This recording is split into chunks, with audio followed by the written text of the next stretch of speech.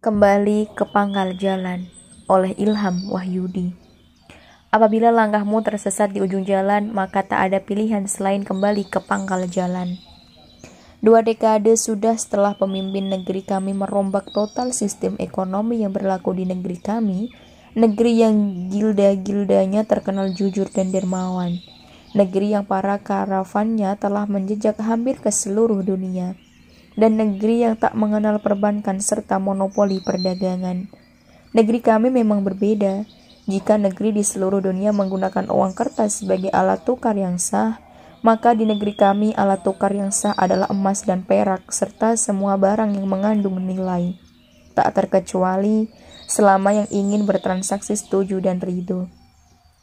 Ada 3 komoditi yang sering digunakan di negeri kami sebagai alat tukar selain emas dan perak, yaitu gandum, garam, dan gabah.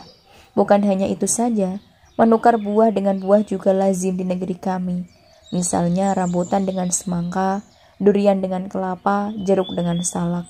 Bahkan yang tak sejenis juga bisa, seperti ikan lele dengan kain katun atau bibit pohon jati dengan sepiring nasi.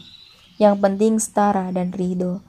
Namun yang jamak digunakan di negeri kami adalah emas dan perak, atau bisa juga disebut dinar dan dirham.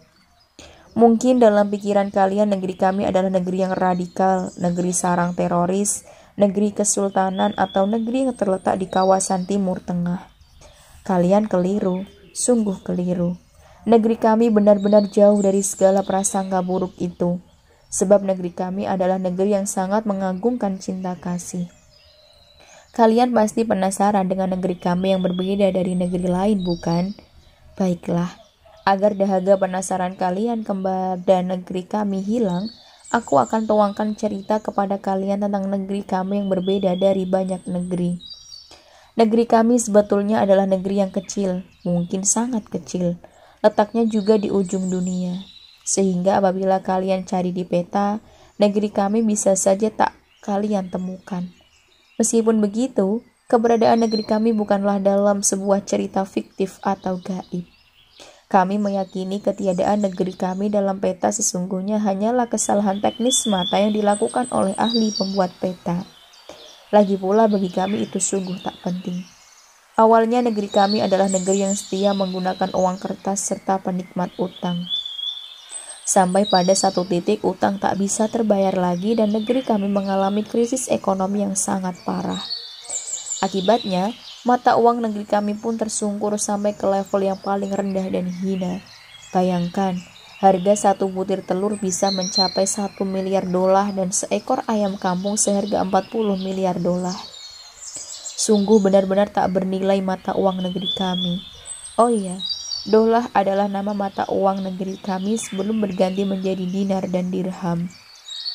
Dalam masa gelap dan kelam itu, pemimpin negeri kami tak sengaja melihat sebuah video yang bercerita tentang sihir uang kertas. Mulanya pemimpin negeri kami menolak jika uang kertaslah penyebab hancurnya ekonomi negeri kami. Namun karena situasi negeri kami kian memburuk, bagaimana tidak kian buruk jika saat itu tisu toilet lebih berharga dari uang kertas. Pemimpin negeri kami pun mengumpulkan semua petinggi dan tetua negeri untuk mendiskusikan perihal uang kertas dan solusi krisis ekonomi yang sedang menimpa negeri kami. Setelah melalui diskusi yang panjang dan melelahkan, ditambah dengan perginya pemimpin negeri kami belajar langsung kepada penceramah dalam video yang ia tonton, akhirnya ditemukanlah sebuah jalan keluar yang revolusioner dari krisis ekonomi yang mendera negeri kami, yang kami sebut kembali ke pangkal. Ya, kembali ke pangkal adalah kembali ke sistem transaksi dahulu kala, yaitu barter. Barang ditukar dengan barang atau barang ditukar dengan tenaga atau jasa. Akibat perubahan revolusioner itu, uang kertas di negeri kami akhirnya tak memiliki tempat lagi. Dan bank-bank di negeri kami, termasuk bank sentral, akhirnya ditutup. Mula-mula rakyat negeri kami sangat canggung dan bingung, sebab mereka sangat berhitung untung rugi ketika melakukan barter kebutuhan hidup sehari-hari. Bayangkanlah, puluhan tahun mungkin juga hampir 100 tahun turun-temurun hidup dijejal dengan angka-angka yang tertulis di selembar kertas, tiba-tiba berubah dengan sistem barter. Wajar kalau dalam pikiran mereka yang ada hanya untung dan rugi belaka. Dulu semasa masih menggunakan uang kertas, semakin banyak deretan angka 0 di selembar uang kertas, semakin bangga dan bahagialah kami menggenggamnya. Padahal jika uang kertas itu sobek, nilai angka 0 yang berderet di kertas itu pun menguap ke udara alias tak bernilai.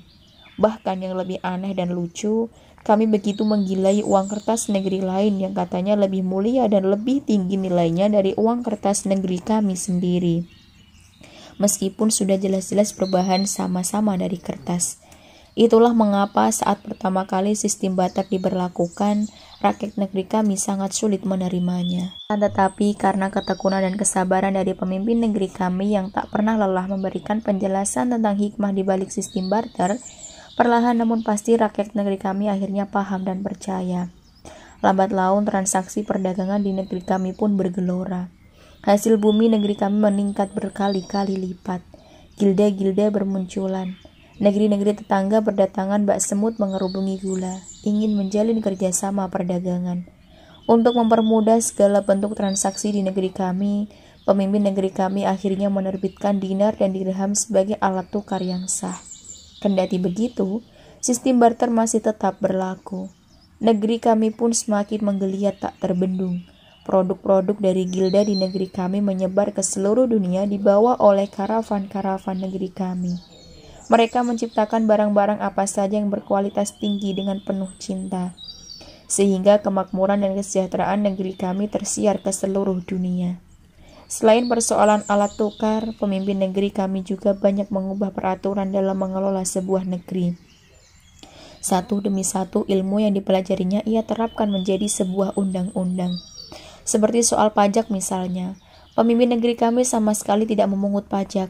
Ia bermaksud agar harga-harga tidak naik akibat terbebani pajak. Pemimpin negeri kami juga berharap penghapusan pajak dapat mendorong rakyat negeri kami untuk berlaku jujur perlihat harta benda mereka. Bukan hanya soal pajak, pemimpin negeri kami juga mengubah konsep pasar di negeri kami secara revolusioner. Pasar-pasar yang berdiri di negeri kami pasca krisis ekonomi adalah pasar-pasar yang bebas dari sewa dan monopoli. Maksudnya, ya siapapun yang ingin berdagang di pasar tidak akan dikenai biaya sewa atau uang retribusi.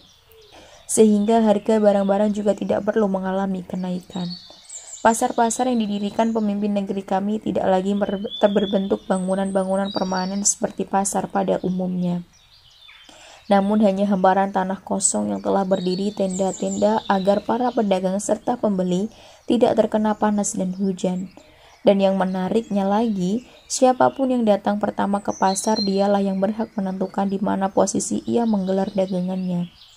Inilah yang kami sebut tanpa monopoli, sebab semua pedagang memiliki hak dan kesempatan yang sama, betul-betul merdeka dari aturan yang berlaku di banyak negeri. Begitulah sedikit cerita tentang negeri kami yang berbeda, negeri yang berhasil keluar dari krisis ekonomi dan lilitan sihir uang kertas, negeri yang gilda dan karavannya masyhur ke seluruh dunia, dan tentu saja negeri yang tak mengenal perbankan dan monopoli perdagangan. Lantas, negeri manakah yang sebenarnya kami contoh? Negeri yang kami contoh adalah negeri yang paling aman dan terjaga di dunia, negeri yang tak akan dimasuki tukang fitnah bermata satu. Negeri yang pernah dipimpin oleh seorang manusia paling jujur di dunia, paling terpercaya dan paling adil di dunia. Sampai hari ini nama pemimpin negeri itu masih disebut pengikutnya saat beribadah. Bahkan sampai dunia kiamat nanti namanya akan selalu disebut. Kalau boleh tahu, apa nama negeri yang kalian maksud dan siapa pula nama pemimpinnya? Maaf, untuk pertanyaan terakhir aku tidak bisa bantu menjawabnya. Jika kalian ingin tahu jawabannya, aku sarankan untuk mencari tahu sendiri. Sebab jawabannya sungguh sangat dekat, ke pangkal jalan.